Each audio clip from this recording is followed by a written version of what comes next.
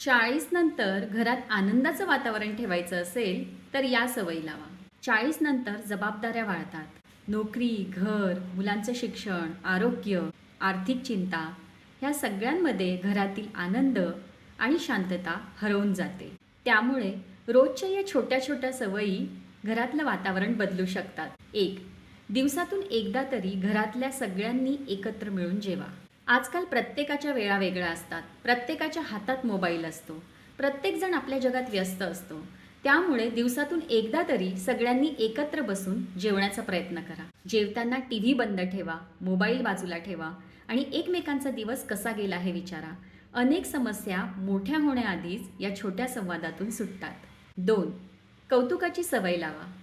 आपण घरातल्यांच्या चुका लगेच दाखवतो, पण चांगल्या गोष्टीचं कौतुक करायला मात्र विसरतो.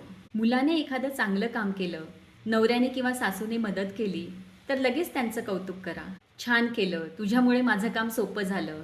ही छोटी वाक्य नात्यामध्ये मोठा बदल घडवतात. 3. राग मनात साठवून ठेवू नका.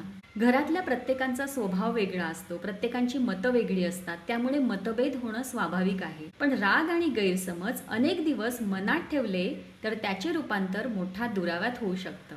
त्यामुळे वेळेवर संवाद साधून गैरसमज दूर करा. राग मनात ठेवू नका.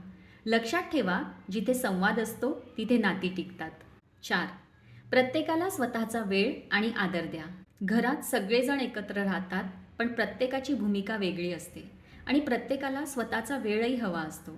कारण त्यांच्या आवडीनिवडी वेगळ्या असतात. कुणाला वाचायला आवडतं, कुणाला फिरायला, तर कुणाला शांत बसायला. या छोट्या गोष्टींचा आदर करा. एकमेकांना बदलण्याचा प्रयत्न करण्यापेक्षा एकमेकांना समजून घेण्याचा प्रयत्न करा. 5. घरात हसण्याची कारणं तयार करा. आनंदी घर म्हणजे फक्त सण समारंभ नाहीत. रोजच्या आयुष्यातही आनंदाचे छोटे छोटे क्षण तयार करता येतात.